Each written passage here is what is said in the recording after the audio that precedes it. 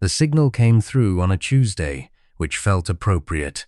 Tuesdays had always been the day the world bothered to remember it was still turning. Sergeant Dara Osi noticed it first as a faint harmonic shimmer on her comm band. Not an alarm, not a ping, just a presence. The kind of thing you'd miss if you weren't paying attention, and almost everyone had stopped paying attention by then. 18 months into the Veth quarantine zone, the garrison at Station Halvard had turned into something halfway between a military post and a waiting room. You did your shifts, you ate your rations.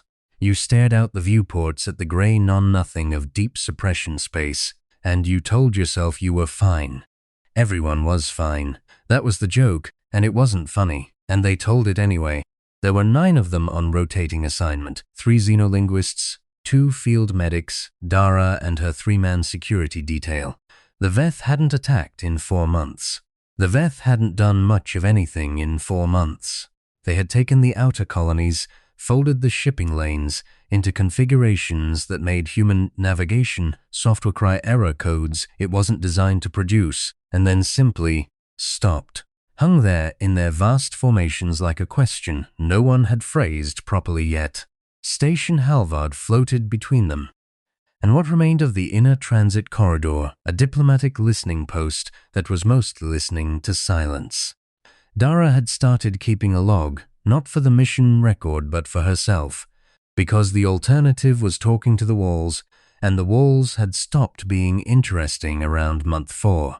She wrote down small things, the exact shade of grey the viewport turned at Su 300 hours when the emergency lighting cycled to its lowest setting. The way xenolinguist Priya Chen hummed while she worked, fragments of old songs that Dara could never quite name but always almost recognized. The chess game she and Corporal Webb had been playing for 6 weeks without either of them winning, moving pieces at intervals of days, sometimes forgetting it entirely, and then returning to it like a question they both knew the answer to, but weren't ready to say out loud. She wrote, "We are 9 people in a box. The Veth are watching. We are watching back. Nobody is moving. I am fine." Then she put the stylus down and went to get something to eat. The signal resolved into a shape 3 days later. Priya was the one who caught it properly. She'd been running passive monitors on all frequencies since the first week, partly out of professional habit and partly, Dara suspected, because it gave her something to do between the hours of 1 and 400 when the insomnia got bad. She came into the common room at a full run, which was notable because Priya did not run. Priya moved through space at a considered pace that suggested she had thought about the destination and judged it worthy of her eventual arrival. "They're talking," Priya said. "To us? I don't know yet." She pulled up the waveform on the main display. It rolled across the screen in long, unhurried waves, like something breathing. "They've been outputting this on a band we reserved for diplomatic context 6 months ago. We put it out in the first set of signal packets. They're using it." Dara looked at the waveform.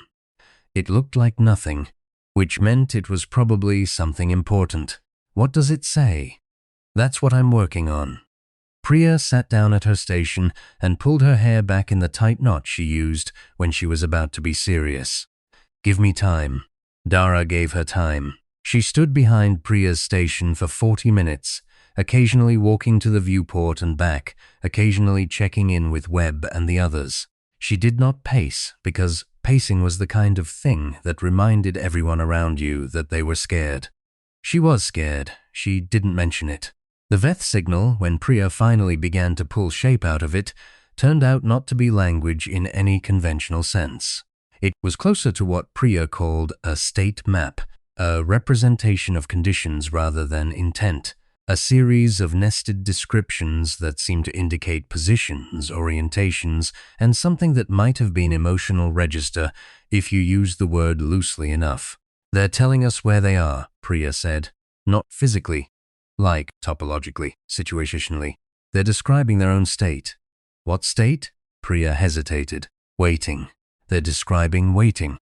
"But it's more than that. There's a component in here that repeats across all the nested layers.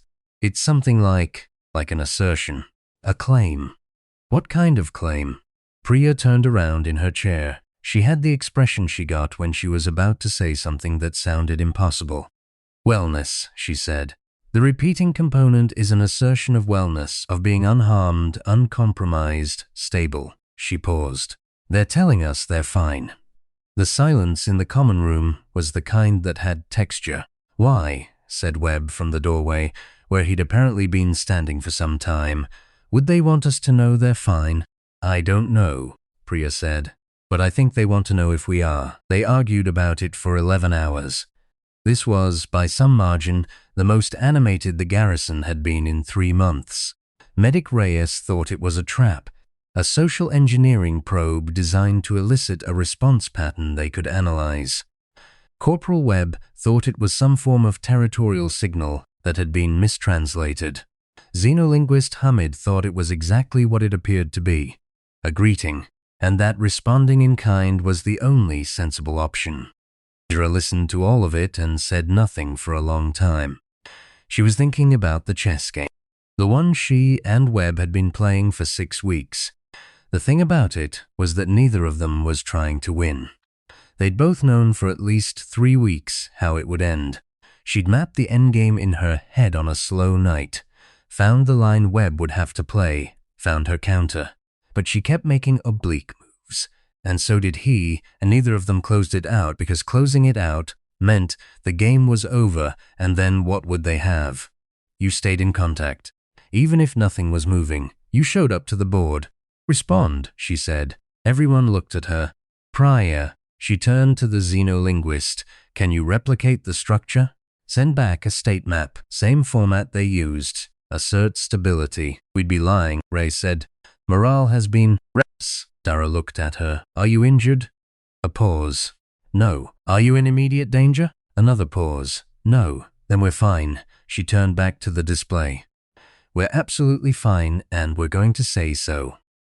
Priya built the response packet over the next 4 hours, working with the careful attention she brought to everything, testing the waveform shape, mirroring the nested structure of the Veth transmission, inserting what she called resonance, harmonics that would signal the message, was constructed rather than automated.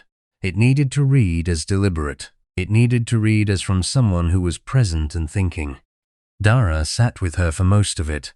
She didn't have the linguistics expertise to contribute technically, but she found she didn't want to leave. She brought coffee. She listened to Priya hum her almost songs. At some point she realized she'd been humming too, or trying to. The same fragment Priya kept reaching for and never quite finding, and between them they maybe got closer to the whole thing than either of them did alone. Do you know what that is? Dara asked. The song? Priya paused. My grandmother used to sing it. I don't know the words, just the shape of it. It's enough. Priya looked at her. Then back at the console, sending in 3. The response went out at 0217 hours on a Wednesday. The Veth answered in 40 minutes. What came back was more complex. The same nested wellness assertion, but layered now with something else, something that Priya spent 6 hours unpacking, and then came to Dara's bunk with a tablet and a stunned expression. They added something, she said. What? Context. They gave us context for why they're here. It's rough. The translation has about a 30% confidence margin, but the core of it is clear. Priya sat down on the edge of the bunk. They were hit by something. Before they came to our space, they lost a lot of, I think the word is something like cohort group. Extended family doesn't quite get it, but it's close. Something that was part of them isn't there anymore. Dara sat up.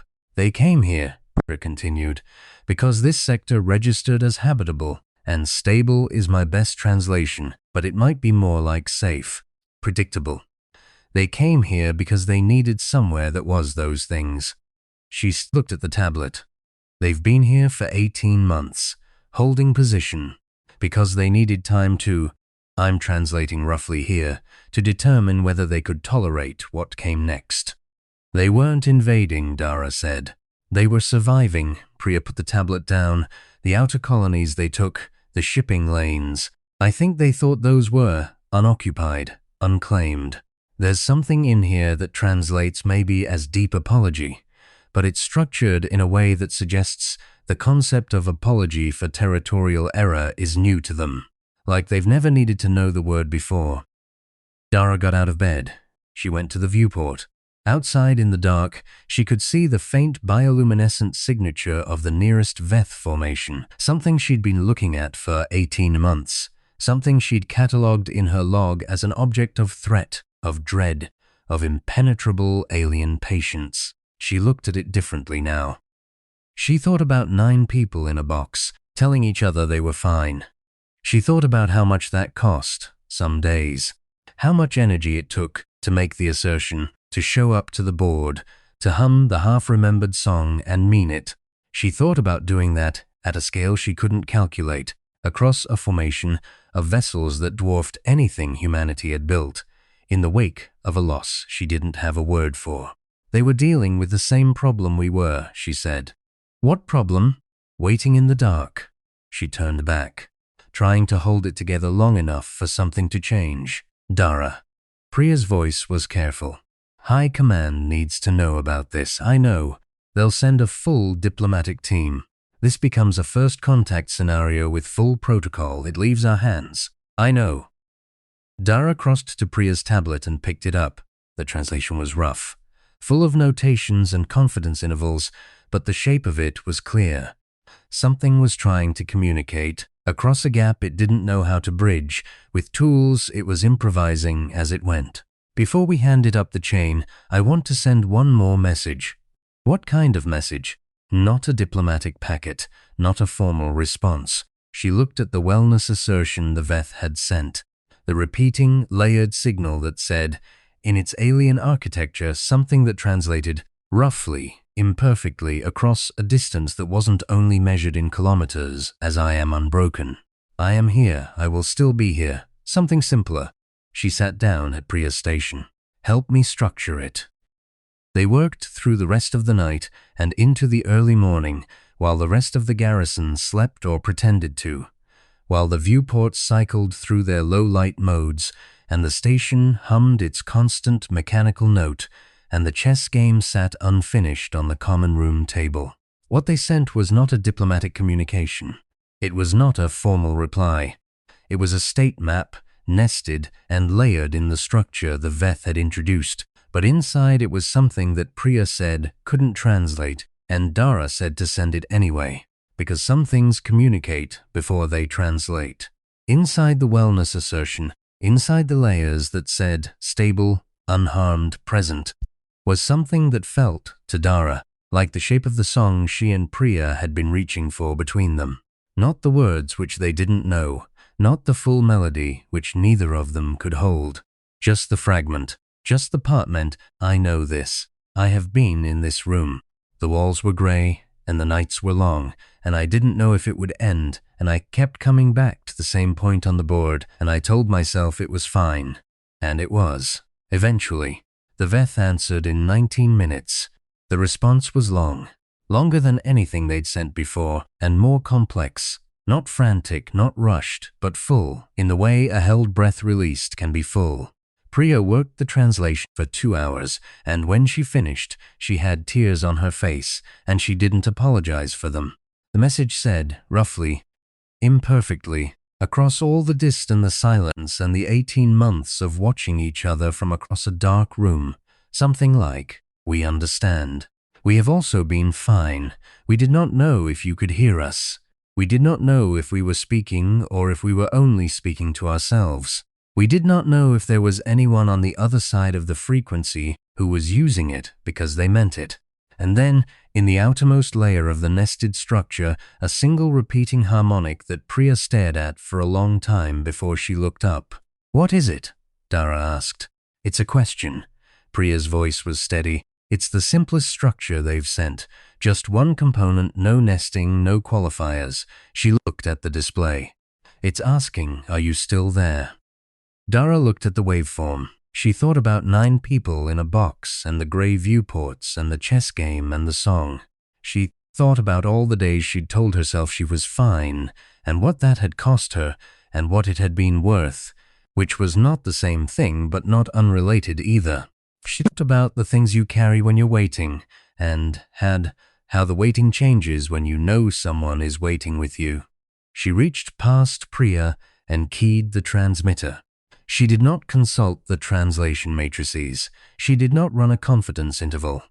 She keyed the transmitter and she spoke, not into the comm system, not in a language the Veth could pass, but into the frequency they'd opened, onto the band they'd chosen together, and she said the only thing that was true and had always been true, and was enough. Yes, she said, we're here. The harmonic came back immediately. Not an answer, not a question.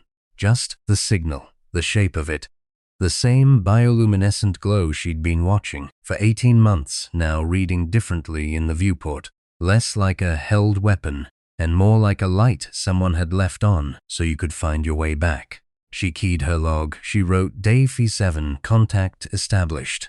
9 people in a box and something vast and injured on the other side of a dark room, and between us this, the discovery that the hardest language to learn is the one that has no word for are you still there, because the answer is always yes. She put the stylus down. Corporal Webb was in the doorway again, the way he always was when something happened, as if he had a sixth sense when standing in doorways mattered. Well, he said. Dara looked at the viewport. The bioluminescent glow of the Veth formation pulsed once slowly and held. We're fine, she said, and this time she almost meant it all the way through. Webb looked at her for a moment.